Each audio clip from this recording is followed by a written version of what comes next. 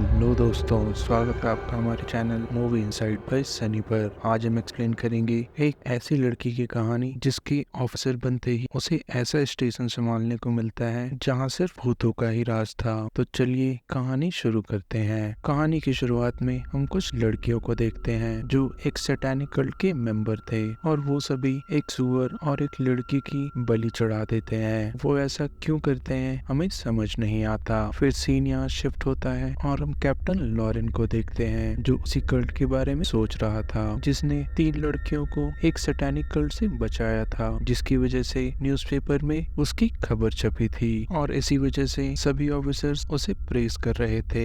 लेकिन के मन में ये गिल्ट था कि वो उस एक लड़की को नहीं बचा पाया। फिर नाइट शिफ्ट के दौरान शूटिंग रेंज में वो 2 ऑफिसर्स को मार डालता है। जिस खबर मिलते ही सभी ऑफिसर्स वहां पहुंच जाते हैं। सभी उससे पूछ रहे थे कि आखिर उसने ऐसा क्यों किया, लेकिन वो ऑफिसर से कहता है कि वो उसकी वाइफ और बेटी को ये बता दे कि वो अपनी वाइफ और बेटी से बहुत प्यार करता है। फिर वो खुद की ही बंदूक से खुद को गोली मार लेता है। फिर हम 1 साल बाद का सीन देखते हैं। अब जेसिका जो लॉरेन की बेटी थी वो भी एक ऑफिसर बन चुकी थी और वो तैयार होकर अपने डैड के ग्रेव पर जाती है उनसे ब्लेसिंग्स लेने के लिए। तभी वहाँ उसकी मॉम भी आ जाती है जो लॉरेन के मरने के बाद एक शराबी बन चुकी थी और वो भी जेसिका के प्रोग्रेस से बहुत खुश थी। फिर जब वो दोनों वहाँ से चले जाते हैं तो लॉरेन के ग्रेव पर हम एक सैटेनिक सिंबल बना हुआ देखते हैं और इस साइन के बारे में हमें मूवी में आगे पता चलेगा।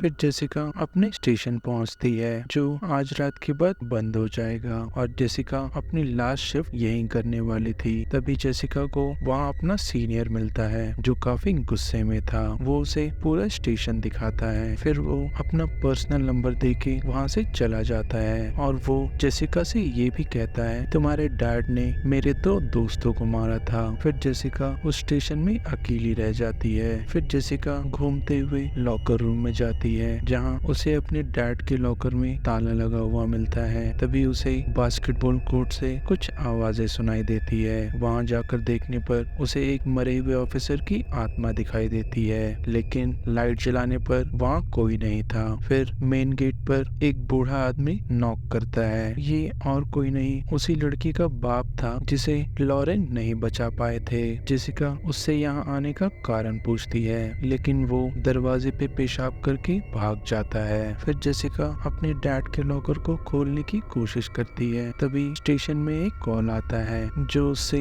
अजीब सी बातें करने लगता है। जेसिका फोन काट कर इसकी रिपोर्ट लिखाने के लिए दूसरे स्टेशन कॉल करती है, जिस पर वो इसे बस एक प्रैंक कॉल बताकर नजरअंदाज करने को कहता है। फिर जेसिका अपने डैड के लॉकर को शूट करके खोल देती है, जिसमें उसे खुद के साथ अपने डैड की फोटो मिलती है और वहाँ एक बॉक्स भी था जिसमें उन लड़कियों की डिटेल्स थी जिसे सैटेनिक कल्ट की वजह से मार दिया गया था और उसमें कुछ लड़कियों की फोटो को काट दिया गया था। ये देखकर वो काफी डिस्टर्ब हो जाती है। तभी फिर से मेन डोर पर उसे कुछ आवाज आती है। जाकर देखने पर वहाँ एक पिक था जिस पर एक सैटेनिक सिंबल बना हुआ था। जेसिका उसे लेकर एक रूम में बंद कर देती है। तभी अचानक स्टेशन की लाइट चली जाती है। चेक करने के लिए जब वो स्टेशन के पीछे जाती है तो वहाँ का दरवाजा खुला हुआ था। फिर उसे स्टोर रूम में वही बूढ़ा आदमी मिलता है जो उन्हीं फाइल्स को देख रहा था। वो बस अपनी बेटी को ढूंढ रहा था, लेकिन जेसिका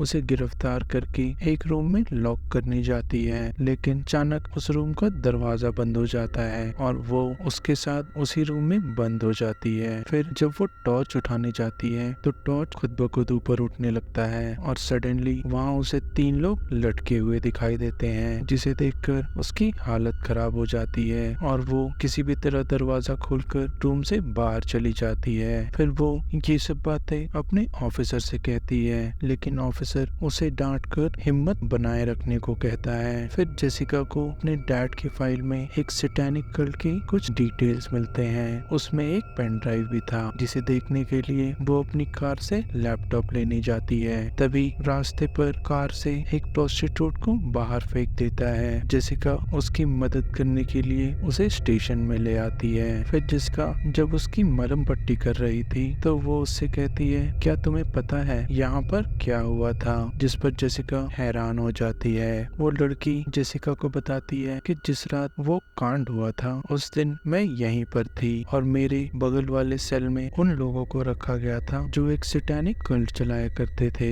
और उस बंदे का नाम जॉन मालूम था जो उस कल्ट का लीडर था। उसने 2 लड़कियों को अपना स्लेव बना रखा था और उसी रात उन तीनों ने उस सेल में फांसी लगाकर अपनी जान दे दी थी। तभी उस लड़की को जेसिका के पीछे एक साया दिखाई देता है जिसे देखकर वो काफी डर गई थी और वो वहाँ से भाग जाती है। फिर जेसिका को उसी प्रैंकस्टर का कॉल आता है जो उससे कहती है कि मैंने एक लड़की को बंदी बना रखा है। तभी हम जेसिका के पीछे एक डरावना साया देखते हैं जो जेसिका को ही देखे जा रहा था। फिर वो प्रैंकस्टर जेसिका से कहती है कि हम वो खत्म करके रहेंगे जिसे तुम्हारे डैड ने शुरू किया था। जेसिका ये सब बातें सुनकर काफी डर जाती है और तुरंत ही दूसरे स्टेशन में कॉल लगाती है जहाँ से उसे ये मालूम होता है कि वो लड़की सच कह रही थी कि एक लड़की सच में किडनैप हुई है और उसके साथ 2 और लड़कियां भी किडनैप हुई हैं और ये लड़कियां कोई और नहीं बल्कि वही लड़कियां थी जिसे जेसिका के डैड ने सेव किया था। फिर जेसिका उस पेन ड्राइव को अपने लैपटॉप में ओपन करती है जिसमें उसी सैटेनिक कल्ट के कुछ वीडियोस थी जहाँ बहुत सारी लड़कियों को बंदी बनाया गया था और एक एक करके सभी की बलि चढ़ाई जा रही थी। तभी जेसिका को उसकी मॉम का कॉल आ जाता है और वो उस वीडियो की आवाज सुन लेती है जिसमें उस सैटेनिक कल्ट का सॉन्ग बज रहा था। वो जेसिका को वो सॉन्ग तुरंत बंद करने को कहती है वरना अनर्थ हो जाएगा। जेसिका उसे बंद करने की कोशिश करती है लेकिन वो बंद होने का नाम ही नहीं ले रही थी। फिर जेसिका शूटिंग रेंज में जाती है जहाँ उसके डैड ने उन 2 ऑफिसर्स को मारा था। फिर जब वो शूटिंग पेपर को अपने पास लेकर आती है तो उस पर उसी सैटेनिक कल्ट का सिंबल बना हुआ था और उसे हटाते ही उसके पीछे उसे वही साया दिखाई देता है जिसे देखकर वो डर जाती है और वहाँ से भागने लगती है लेकिन किसी ने स्टेशन का मेन गेट बंद कर दिया था। फिर वो दूसरे स्टेशन में कॉल लगाती है जो जेसिका की बातें सुनकर वहाँ एक यूनिट भेज देते हैं लेकिन उन्हें आने में अभी समय लगेगा। तभी अचानक से फोन पर उसी सैटेनिक कल्ट की सॉन्ग बजने लगती है और रेडियो पर भी वही सॉन्ग सुनाई देने लगता है। तभी लैपटॉप पर जॉन मार्लोक की वही इंटरव्यू प्ले हो जाती है जब उसे पुलिस स्टेशन लाया गया था। वो ऑफिसर से कहता है कि उनके मरने के बाद भी ये सब खत्म नहीं होगा क्योंकि सैक्रिफाइस करते ही वो डीमन धरती पर आ चुका है और वो हम सभी के लॉर्ड हैं। तभी जेसिका के ऊपर पीछे से कोई पर्दा डाल देता है और वो बेहोश हो जाती है। आँख खुलने पर वो खुद को स्ट्रेचर पे पाती है जिसके सामने वो तीनों कल्ट मेंबर भी थे जिन्होंने खुद को स्टेशन में फांसी लगाया था। तभी जेसिका खुद को स्ट्रेचर से नीचे गिराती है लेकिन गिरते ही वो स्टेशन में आ जाती है। ये सब चीजें सिर्फ जेसिका का एक भ्रम था। तभी वहाँ 2 इंस्पेक्टर आ जाते हैं। दोनों से बातें करते हुए वो जेसिका को बताते हैं कि जब उसके डैड जॉन मार्लो को इन्वेस्टिगेट कर रहे थे तभी उन्हें जॉन के पीछे एक डीमन दिखाई दिया था जिसने उन्हें ऑफिसर्स को मारने के लिए कहा था। तभी वो ऑफिसर जेसिका को वो गन दिखाता है जिससे उसके डैड ने खुद को और ऑफिसर्स को मारा था। तभी वो ऑफिसर अपने रूप में आता है जो एक डीमन था जिसका मुंह फटा हुआ था।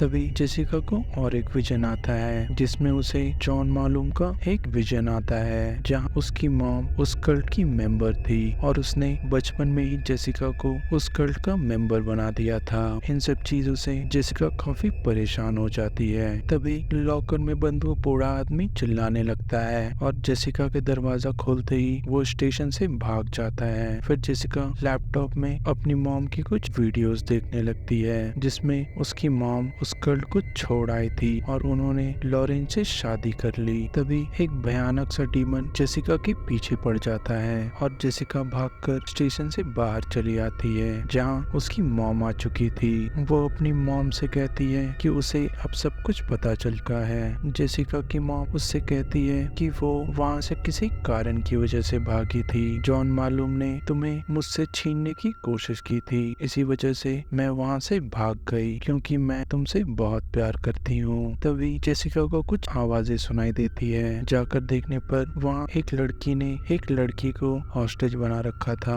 और वो उसे शूट कर देती है। उसके शूट करते ही जेसिका भी उसे शूट कर देती है। तभी अचानक बहुत सारे इविल स्पिरिट जेसिका के पीछे पड़ जाते हैं। ये ये उन लोगों की आत्माएं थी जिन्हें सैक्रिफाइस किया गया था। जेसिका खुद को बचाते हुए स्टेशन के अंदर खुद को लॉक कर लेती है। फिर जेसिका दूसरे स्टेशन में बैकअप के लिए कॉल करती है, लेकिन ऑपरेटर उससे कहता है तुम्हारी माँ कैसी है। ये सुन के जेसिका हैरान हो जाती है क्योंकि उसकी माँ यहाँ पर है, वो उसे कैसे पता। तभी वो बंदा अपनी रियल आवाज में बात करता है और वो कोई और नहीं जॉन मालूम था, जो जेसिका से कहता है कि तुम्हारी माँ कितनी भी कोशिश कर ले वो तुम्हें मुझसे नहीं बचा सकती क्योंकि तुम्हारा जन्म एक मकसद के लिए हुआ है। तभी अचानक वो बूढ़ा आदमी स्टेशन में फिर से आ जाता है, लेकिन देखने पर उसकी टांग ही कटी हुई थी और वो जेसिका पर हमला करने लगता है, लेकिन जेसिका अपनी गन से उसे मार डालती है। तभी एक बंदा जेसिका के सामने एक लड़की को मार डालता है और जेसिका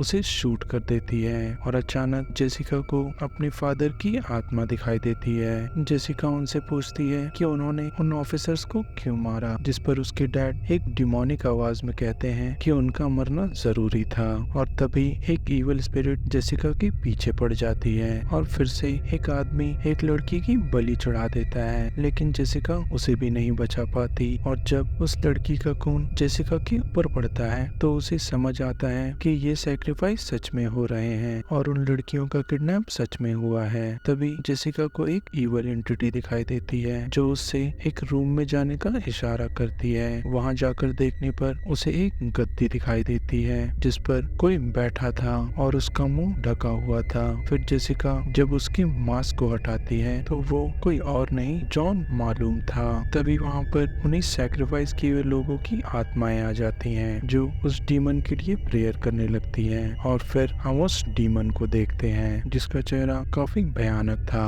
और वो जेसिका पर हमला करने लगता है। और तभी वो अपने विजन से बाहर आती है जहाँ कल्ट मेंबर उस पर हमला कर रहे थे। वो अपनी गन से उन्हें मारने लगती है और सही से होश आने पर वो अपनी माँ को मरा हुआ पाती है क्योंकि उसने गलती से अपनी मॉम को ही मार डाला था। और सभी जेसिका को देखकर हंसने लगते हैं क्योंकि वो डीमन के ट्रैप में फंस चुकी थी। जेसिका इस चीज को बर्दाश्त नहीं कर पाती और खुद को ही गोली मारकर मर जाती है। फिर सभी आत्माएं जेसिका के स्पिरिट को नीचे बेसमेंट में ले जाती है जॉन मालूम के पास और वो सभी जेसिका की आत्मा को मालूम के बगल में बिठा देती हैं क्योंकि शुरुआत से ही इन सबों का यही प्लान था। वो सभी जेसिका को जॉन मालूम की ब्राइड बनाना चाहते थे। और इसी के साथ ये मूवी यहीं पर खत्म हो जाती है। ऐसे ही बेहतरीन एक्सप्लेनेशन के लिए हमें लाइक एंड सब्सक्राइब करें। Thank you.